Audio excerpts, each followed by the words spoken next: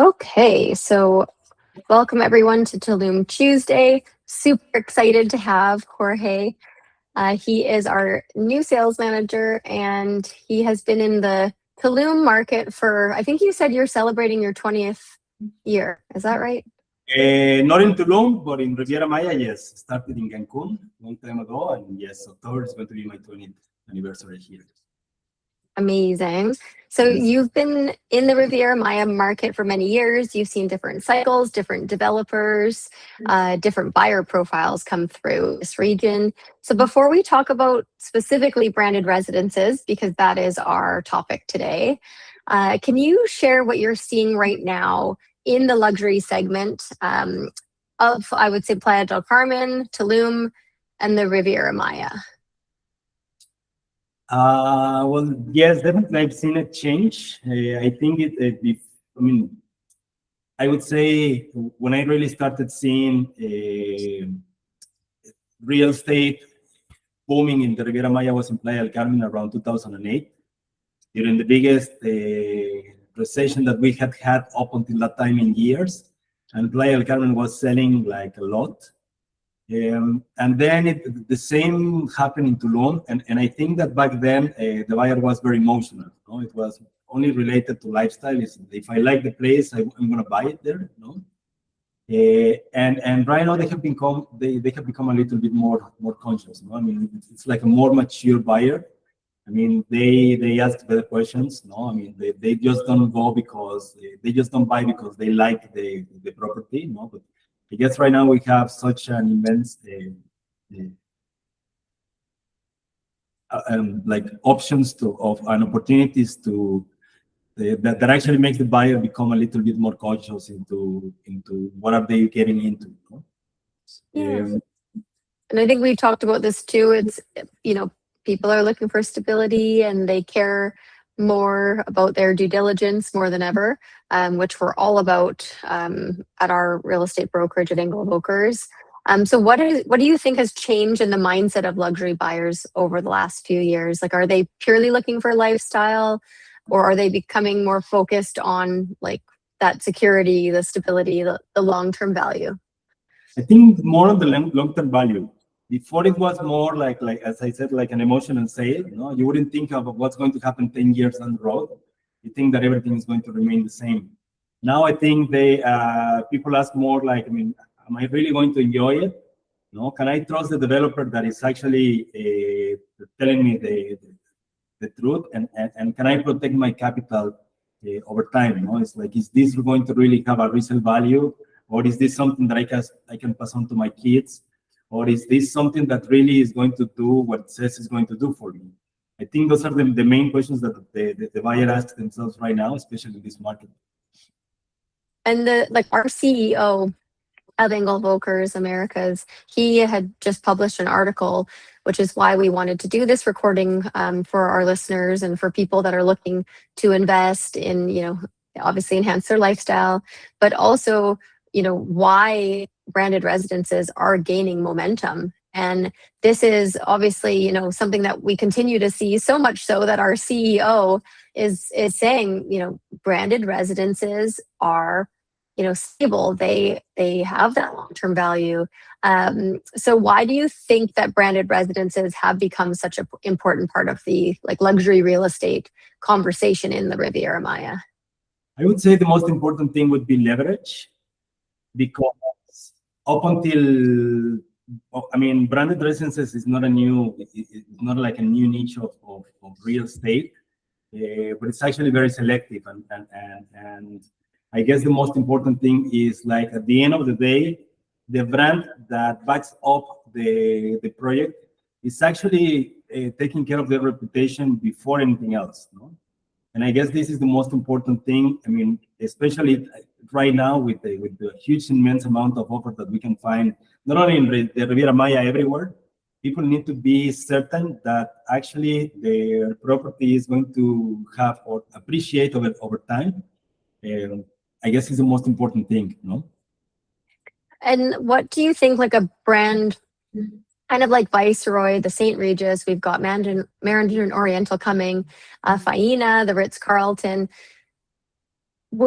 how do you think that they kind of differentiate themselves? Like, what kind of are you seeing for buyer demographic, or who are looking at these type of luxury lifestyle hotel residences? Definitely, it's not someone who's buying a second home. I mean, because the traditional, someone who's already interested into branded residences is because they already own a place and they already have a vacation home or a property that they bought because they bought as an investment because they wanted, they thought that if you bought a vacation home or right on the beach, and you thought that when you come, it's going to be amazing and it's going to look like new and it's quite the opposite, no? I mean, usually you come and you have to fix everything because the salt or whatever, the place can be ruined if you don't pay attention to it in no time, especially if it's a beachfront. And at the same time, if you invest because you think that you're going to get some return on investment and this doesn't happen as you were promised, no, your third purchase is going to be more based on who's behind it. No, and I think this is why branded residences is resonating right now so much, because basically, as I said before, no, it's like especially in branded residences of hospitality, like for example, the brands that you mentioned, they have a developer that already has a reputation as a developer. Like for example, Ritz-Carlton wouldn't come and position themselves, for example, in Tulum because the market is not for that type of people. No? Or Faena wouldn't be in Cancun because the personality of the theatrical and the motion that represents the brand wouldn't match with the lifestyle of Cancun. No, so it's really to putting the right brand in the right place with the right developer. I think it makes that the investor who usually is willing to pay for this premium, which is around 30 to 40, or sometimes even 50 or 60% higher than traditional real estate, that they see the value that they can invest into these properties. No? And is the brand name itself the value, or like what is the real value? Is it like, what are they really searching for that you're seeing? I think it has to do, first of all, with their lifestyle.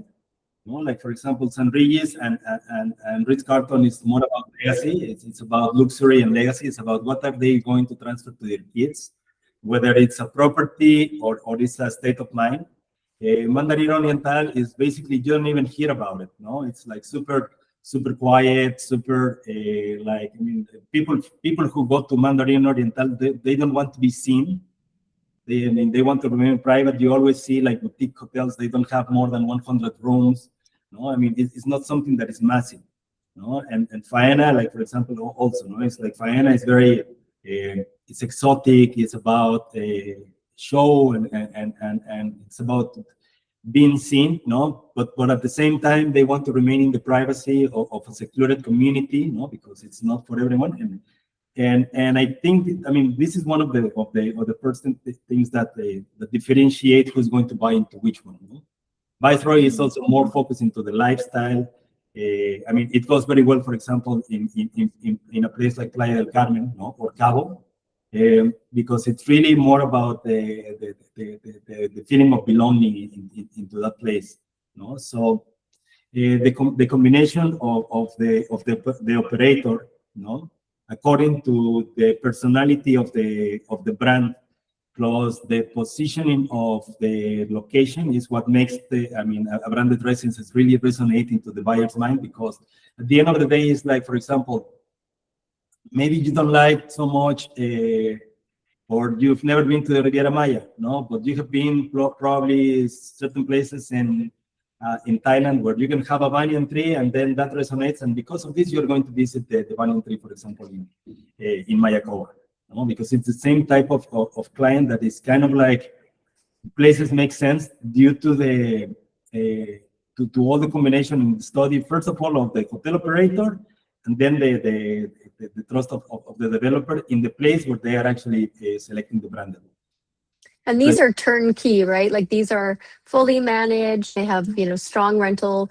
I know you have a lot of experience with Accor, and I'm upping my hotel stays as I get older, and it's a work in progress. But now I keep hearing that level and the status and understanding, that you get a certain credit card, you get to travel more. And so, can you explain a bit about like these branded residences are having these type of partnerships and their platinum status? Can you kind of go through what that means for people looking at these, like to invest in these type of properties? Let me put an example. For example, yes, actually, one of the Accor brands, no, I mean, M Gallery, which is a brand from Paris, no, that was the sub brand of or the luxury brand of boutique hotels for Sofitel, which is also it's French brand. And there was this guy who was actually staying here in Tulum, and he was just passing by every day, and he saw the brand Accord, and then he saw M Gallery. And at the end of the day, I mean, on the way he was going back to your house, he stopped by and he ended up buying a property. No? And the reason why he bought was, first of all, because he recognized the brand because he's from Paris. He recognized the brand because, I mean, it's French. And at the end of the day, I mean, he's a traveler, no? And for him, the status of being diamond and being able to stay everywhere else, because he travels a lot and he only stays into these kind of hotels, so it resonates with him. No, so at the end of the day, he's not buying because he wants to save money, but he's buying because he wants to elevate his lifestyle. No? He already has a membership with Accor, which is basically gives you access to, right now, for example, that we have the World Cup. No, I mean, if there was some events that are actually sponsored by one of these brands, automatically you have an advantage on it because you have either preferred access or you have discounts. I mean, like, for example, you want to go to New York on New Year's Day when you know that it's going to be completely full. You just call the hotel and they will have to guarantee a unit for you. Maybe it's not going to be the cheapest one. Maybe it's going to be the most expensive one, but you have guaranteed. No, it's So not you have the option. Yeah. So it's not like they will say, no, I don't have it. It's like, okay, you want it, here it goes. No, and this is what people buy. Yeah. It's important because even like for myself, I am a new member of Soho House. It was something that I put on my goal board, and I thought, okay, I'm going to watch where Soho House comes out because I'm sitting in Vancouver at our office here, and we have houses without a city. And so I just was in Mexico City, actually, Right. Amazing. It was to go to Soho House in Mexico City. Wow. But then I also was staring and going, up 50 floors to Ling Ling, this amazing restaurant in the Ritz-Carlton, and Engel Völkers Mexico City. I was talking to those shop owners, and they were, they helped sell. They were the main sales team for the Ritz-Carlton. So as we launch, the people listening, we are launching these incredible, Goliath type of branded residences. This is, just to summarize what Jorge said, this is the Viceroy in Playa. Again, we were, very instrumental in helping a lot of clients buy what we call the baby Viceroy in Cabo. And now being able to help people on the very first wave is so important. And this is why, we're going to push this out to all of our channels and our clients, because, if you're listening and you can't maybe buy yourself, but somebody that really loves that, status. And we all know those people. They love, their Accor status. They love to, watch their points for the flights so they can upgrade to business. This is where the future is going for buying a second, a third home, diversifying your portfolio and then enjoying it, where you have the art, like Jorge's saying with Faina, the art alone. In Miami, I think there's like you correct me if I'm wrong, I think there's like a $20 million art piece, just in, I think the lobby. I haven't been yet, but it's on a bucket list to go. But these are what is coming to Tulum for a fraction of the price of what these branded residences should be. Can you speak about the pricing and where you see, this appreciation or how the market's going for these? Definitely. I mean, like, I've never seen and I've seen quite a while of the development of branded residences in Riviera Maya alone, and I've never seen any of the properties sold for at least, or actually I would say for less than 20, 25, 30% of what they would they were both. And this 30%, I'm telling you, that is can be I bought on pre-sale and I sold before they delivered it to me. To I don't know, maybe when somebody bought, I have a client who bought. I mean, it's not my client, but I know him, and I actually helped him sell his second property. But this one in particular, he bought for $3 million and he sold for 4.2. No? I mean, this was something that actually it's kind of like, as we were saying, no? And this is something that I really like to touch point, especially right now, because there is only 910 branded residences like worldwide, no? That are really branded residences. I'm not talking about in Riviera Maya or Mexico alone. It's worldwide with number one Dubai, number two US, number three remains Mexico. So most of the times when you buy a property like this, I mean, you already know how you're going to sell it. You already know who's going to be your buyer, because the buyer, of course, resonates with the brand. They are all about the brand, and most of the times they end up in a waiting list in highly demanded destinations. So when you sell, you already know who's going to buy. I mean, before you bought it, you already know how you're going to sell it if you want to sell it. No? So this is actually something that is very, very powerful, because you don't have to go through the burden of see who's going to be, first of all, who's going to take care of your property, who's going to sell it, who's going to want it. No? It's something that is already attractive, and it competes in a very small niche of people who are willing to pay a higher premium just to have this immediate access to a better lifestyle. Exactly. And I think it's, for the women out there for shopping, to me, this is like the Chanel, this is the Dior, this is the, the Louis Vuitton, like this is why people, why do they go and go to those places and wear those brands, and it's the feeling that they get. It's, so I think that's the other thing. Could you go through like when these buyers hear these names? Okay, we have Viceroy, St. Regis, Mandarin Oriental, we have Faina, Ritz-Carlton, even Azulik. I think a lot of buyers assume they're all very similar. Like, how would you explain the personality of each brand? If you could, I know that's a big question, but I would say, for example, St. Regis and Ritz-Carlton are always more classic. No, I mean, they're all about the service. They have extremely high standards, which is what people like to go to. Like, for example, Ritz-Carlton alone, every person, even the janitor, let's say, or the gardener, they have a budget of $2,000 that they can use without asking permission for, if they feel that they need to solve a problem or satisfy some of their clients' needs. This is how I would describe, for example, wow. Ritz-Carlton. This is why it's legacy-oriented, because we were listening to the presentation at Ritz-Carlton in Riviera Maya about these kids who were always playing and looking in the window. So the people who cleaned the windows decided to buy costumes of like, I don't know, the Captain America or Superman or Batman, and then clean the windows, and then the kids were ecstatic. No? So that, of course, I mean, resonates with them, and just imagine how the parents felt about this. No, now Mandarin Oriental, again, as I said, it's very refined. It's very silent. No, it's like basically you don't even want to mention that it's there. No, I mean their brand is always very subtle. You barely see that. It's not like you will see a huge sign. You can get lost if you don't see it. No, and they want that because they want to remain in this silent luxury. No. Viceroy is always more boutique, more lifestyle. No?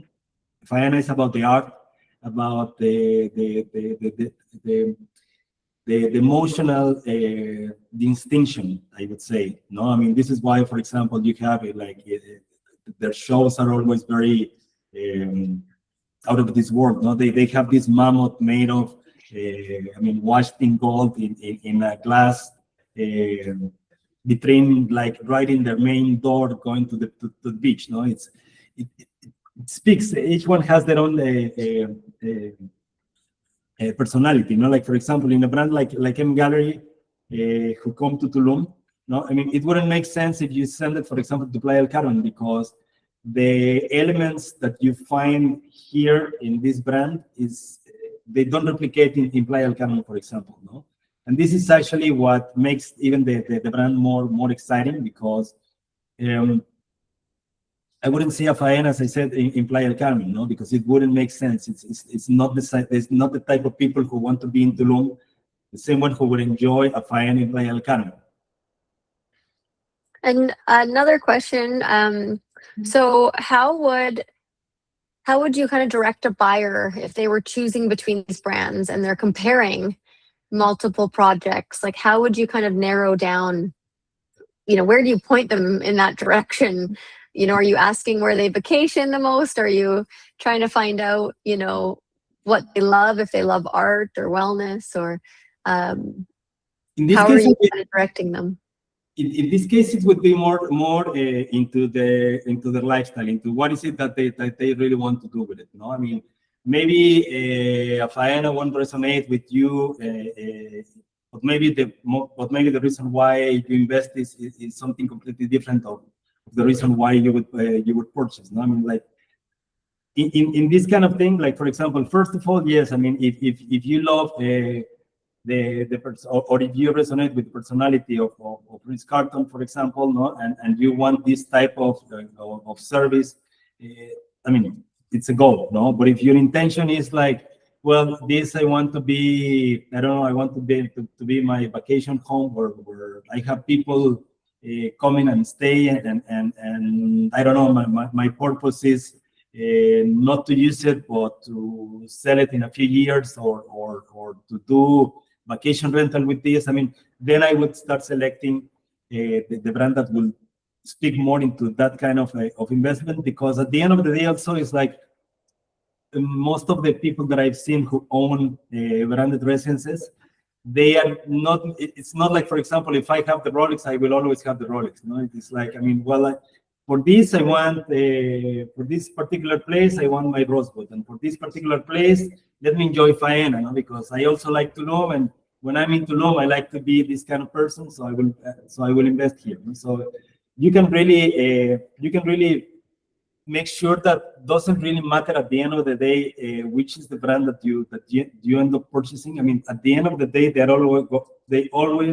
will all accomplish the same thing, you know?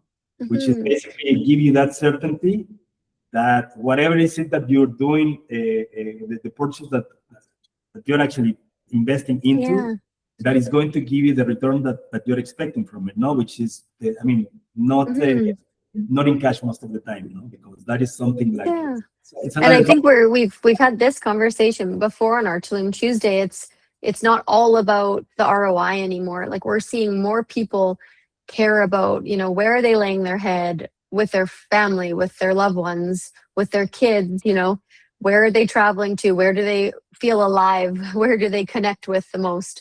And some people, they love the desert. Some people love the mountain and skiing. And some people, like most of us listening on this call, love to put our feet in the white, most beautiful sand that feels like flour in the bluest waters, and feel a culture that I think is very hard to find in the world. And it feels like you're away from it all.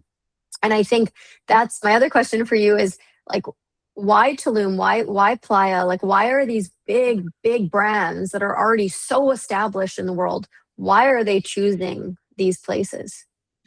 That's a very good question. And I guess that, I mean, they do an extensive research, no? I mean, it's like, for example, you were mentioning Accor. Accor has in the portfolio over 5,000 hotels worldwide, no? I mean, they own a football stadium. I mean, it's huge, you know, it's massive. I mean, Ritz-Carlton has been for over 100 years, you know? So I guess Riviera Maya has always been like a silent paradise, you know, because before, I mean, there was always Cancun, no? I mean, well, not always. Like back in the early 80s, Cancun became a touristic destination, no? Playa del Carmen, when I came in the first time that I came in the early 2000s, nobody talked about Playa del Carmen, and it was a fisherman village, no? And it was a fantastic place. And the first branded residences took place just 5 minutes down the road. I mean, in a very secluded private community called Mayacoba, no? Where you can actually find, I mean, athletes that spend one full, like, I mean, like really very well known. Right now, we have the one of the highest footballers training there, no, for the World Cup. You didn't even know, no, you don't even notice, no. So it has always been like a silent paradise. Tulum was made out of that, no. Tulum was an expensive hippie paradise where people from New York would escape because they don't want anyone from Wall Street to know what they're doing on the weekends, no, for example. So I guess this the beauty of the I would say to being a little bit secluded still is what makes it a very because at the end of the day, also branded residences is about that. It's you want to remain, even when you are in the center of town, you want to remain private. If you want to go to your home, where you know that no one is going to come and bother you because this is what the brand is giving you, no? And I guess I would and say this is like, so, you know, you can't take photos, you can't share, you're not supposed to be on your phone.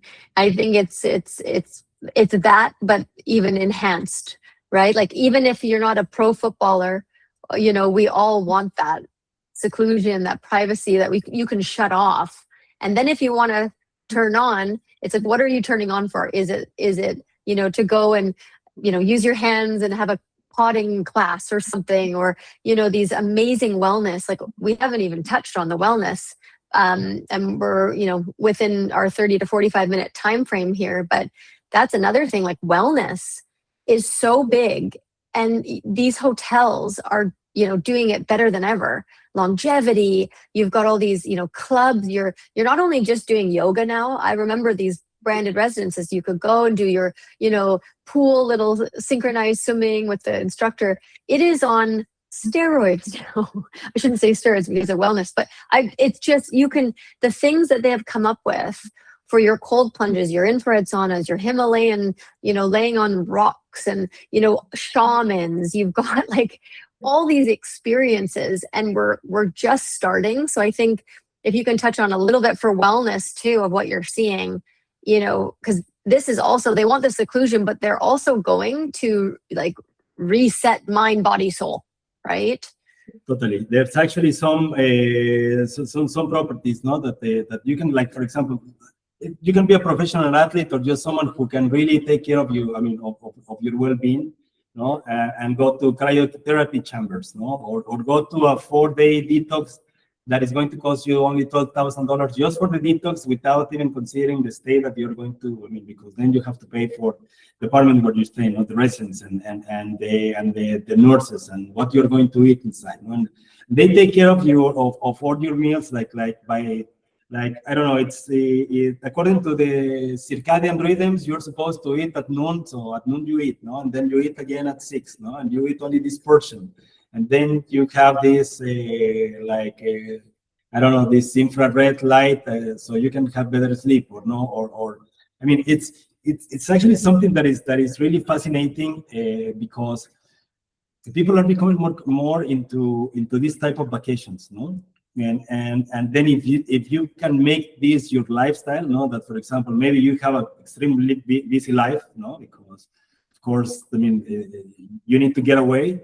No? And you need to get away, or you want to get away, but not a place where you're going to be, I don't know, no? I mean, like, just going to a place where you're going to rejuvenate, and when you come back, you're going to come stronger, no? And more ready to keep doing whatever it is that you're doing. No? So it's all these niches that are evolving, and that, I mean, that were always here, but not where like, they were more kept in secret, no, now are becoming more public, and also, I mean, the whole scheme of wellness, for example, as you mentioned, no, in places like Shine in Cancun or in Tulum, we have a few coming as well, and all of them, they really, like, branded residences always specialize in this kind of like, I mean, top of the class spas.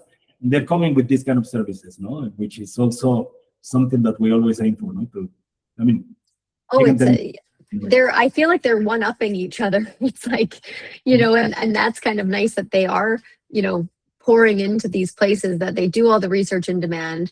We know they spend millions of dollars to pick, you know, what location, how far is it from the beach, you know, what are the wind, they do wind studies, light studies. how far is the art pavilion going to be from the ocean club versus, they have at Azulik, they have like an outdoor gym and it's by the pool, and it's like everything is, from a bird's eye view. They go for perfection. It's every little thing, is perfectly placed, so you feel like you're getting what you're paying for. And speaking of paying, what are the starting prices? Because I think a lot of people listening will think, oh my gosh, branded residences, I'm scared. How much is the price? Can you go through the starting prices and, how it works, and then what do you see for exit strategy? I think we'll wrap up there is, price points in comparison to the rest of the world. What is the long-term strategy for these people, and what would be their exit if they are selling? Yeah. So, for example, in pricing, especially in Tulum and Riviera Maya, I think we have best. Actually, I spoke to a few realtors who only specialize in branded residences in Europe. When I told them that we have tickets here that we can find for less than $300,000, they were laughing. They were kind of like, I have to go and I have to buy one for myself, because usually you don't get the premium usually goes around $800 to $1 million. No, that's an average of a branded residence that you can find worldwide. Here we have for less than $300. No, in a very good place, very close to the beach, you can find for less than $500,000.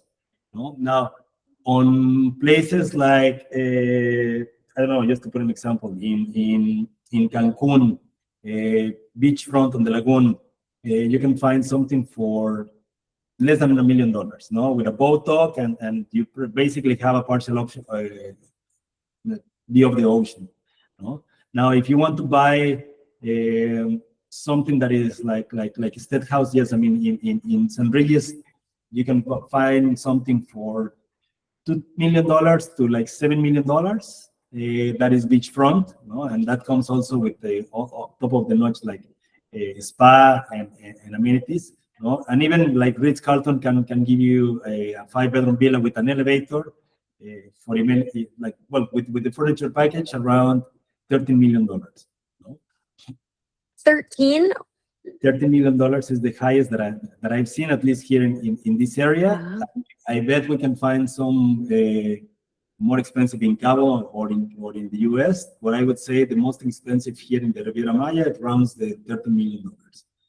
And there's only even with Faina, we were, quite surprised in a good way, because Faina Miami, the penthouse there sold for $60 million, back in, I think it's 2015.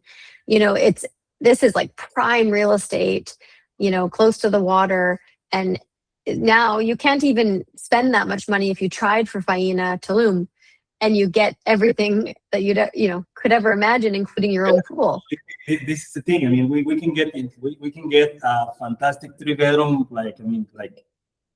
huge penthouse for $3 million, no? And you have an amazing ocean club, and we are still in prices that, if you compare to markets like the US, Canada, and even Europe, it just makes sense. No? It just makes sense, because now, to answer to your second question, is like the exit strategy is like in a study, for example, that we have been revising for Savils, is the pipeline of branded residences in 6 years by 2032 is only going to be around 1,732 properties. It's going to be less than 2,000. So again, in Aldea Sama alone, we have over 4,000 apartments for sale right now. So the whole inventory of branded residences worldwide doesn't surpass. It is extremely less compared to the offer that we have on properties without a brand. No, so it's easier to sell. Well, the scarcity, and I think that's the biggest thing is I know investors that collect certain brands of residences. We have this here in Vancouver. They have, they want a certain property that they've seen, other places in the world. Maybe it's Hong Kong, maybe it's Seattle, maybe it's downtown Vancouver, and they buy it to collect it as if it is, very, very one of a kind art pieces, like a trophy property. So that's really neat that you brought that up, because like these are things that, because we know how scarce they are, and it could be like a certain watch, you know, these watches hold their value because there's so few of them in the world, and you have a lineup of people that are waiting. What we like to point out right now is that just because globally things are a bit suppressed right now, the time to actually pick one of these up is now. This, right? Like we've never seen it where normally you'd have a wait list. I remember selling, you know, one of these towers, and it sure wasn't a St. Regis or a Mandarin Oriental or anything, but there was a line, there was 10,000 people registered for this tower because it offered amenities and close to the water and everything.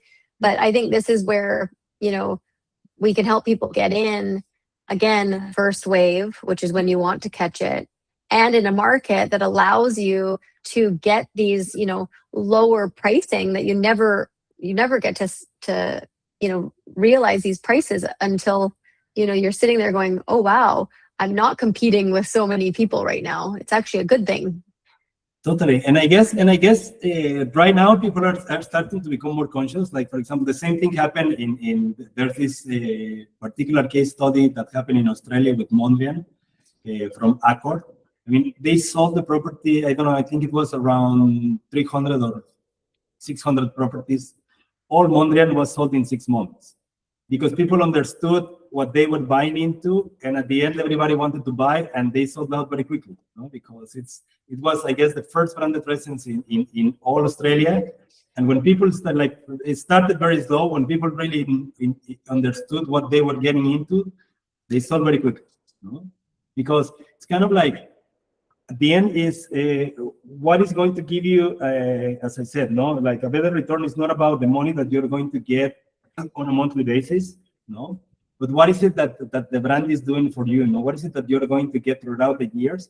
And when you want to get out, it's not going to be difficult because you will always have someone who will always want to buy it, no, and even sometimes the same property, once it reaches the net operative income and it makes sense with the cap rate. I mean, these properties sell to corporations who want to buy a business, no? And they will give you the choice to get out with the premium, like it's most of the times at least 5 times more of what you paid for, no? And I've Wow. seen this happening, and it's something that this is what you're getting into, no? Worst case scenario, you have a property that always remain new, no? That will always have something that it will be relevant 10 years down the road, I would say.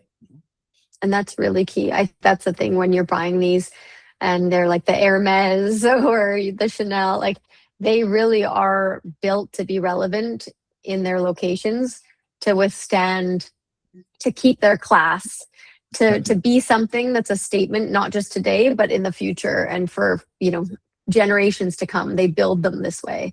And I think that's the thing that we want people to realize is, you know, yes, these branded residences that are, you know, in different areas of the world, and they're coming to Mexico, specifically the Riviera Maya, they're upping the game. They're making sure that their name continues to be cemented as true luxury, true privacy, true, you know, to attract the people that they've always wanted to attract. And I think this is where we can come in, we can help people.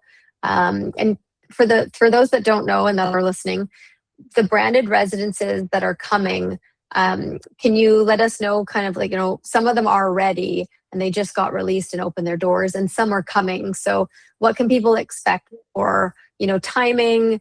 When do they have to kind of register to get information? I know we are very lucky to have these relationships with the developers.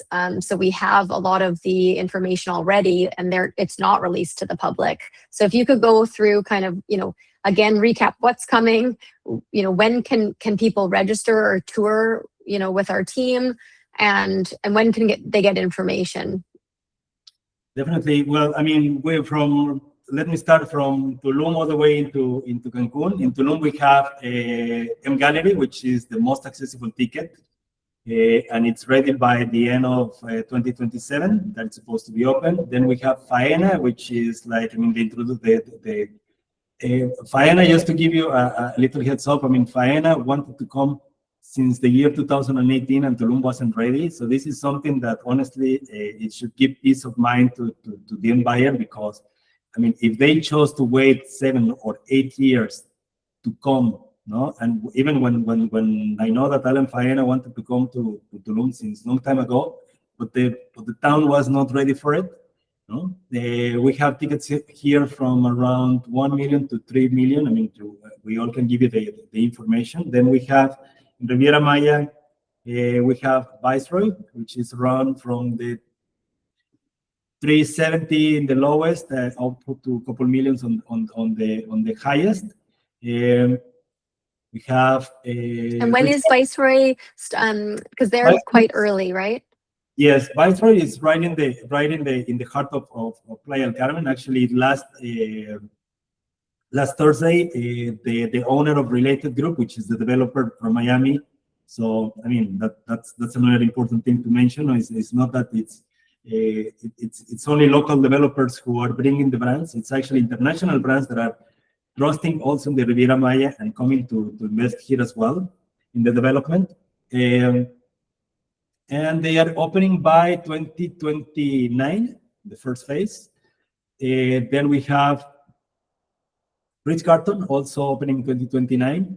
That is going to be 127 residences and some beachfront cottages, starting at $1.6 million up to $13 million. Then we have, well, there's one that I cannot mention yet, and we have to sign the NDA because they want to remain with the exclusivity and the silent luxury that they want to offer. And we can go to Cancun. We have One Laguna, which is not particularly a branded residence per se, because it's the only property, but it wants to work this way with the hospitality and all the lifestyle that they promote, and actually they're actually achieving it. That also is coming by the end of next year, the first tower. Then we have San Reyes, which they had the soft opening yesterday. So right now they have the few units left. They are going to run Marriott has to make sure that the standards are to how they. I mean, like, they have to make sure that they are actually following their standards, so then they can make the grand opening in 3 months from now. But this is actually something that is very important. Not because you bought the brand, it's kind of like, oh, I'm ready, I'm going to open. No, San Reyes comes and they make sure that you are to their standards, and when they can make sure that you can be a San Reyes, then they will launch you as the grand opening. No? But yesterday, actually, they did a soft opening, and I know that they are going to be running for the next 3 months. And we have SLS that is also in Puerto Cancun. They are only doing their 5th tower, and it's going to be more focused into the lifestyle component, not so much the hotel. So it's a different scenario. But this is basically kind of like the time frames, and on the pricing, for example, also what we have left on San Reyes goes from the $2 to $6 million realm. And this is all obviously USD, not pesos. Exactly. Yes. So okay, amazing. And I think that's, it's not a lot, as you said, like these are still, these are just handpicked, and we have picked them because of the timing. I think everyone wishes they got into the St. Regis or the Faena before it launched in Miami. This is that crucial time where you can get in at the first wave of people. We can help you select the best residences, for size, for desirability, for the view that they have, at the best prices. And I think that is an amazing wealth of knowledge. So thank you so much, Jorge. You have been entrenched in branded residences at an expert level for years. So we really appreciate you being at Engel Völkers to help. I think a lot of realtors themselves are very interested in these branded residences, because that's, as well, it's stability and it's brand recognition globally, which is right up all of our alley. So if anyone needs any information, just reach out to us. We have those packages. And this recording will be sent out for everyone that wasn't on today. So thank you so much, Jorge, and we will you, be everyone. seeing you in paradise soon for a tour. Thanks, Definitely. everyone. Bye-bye. Bye.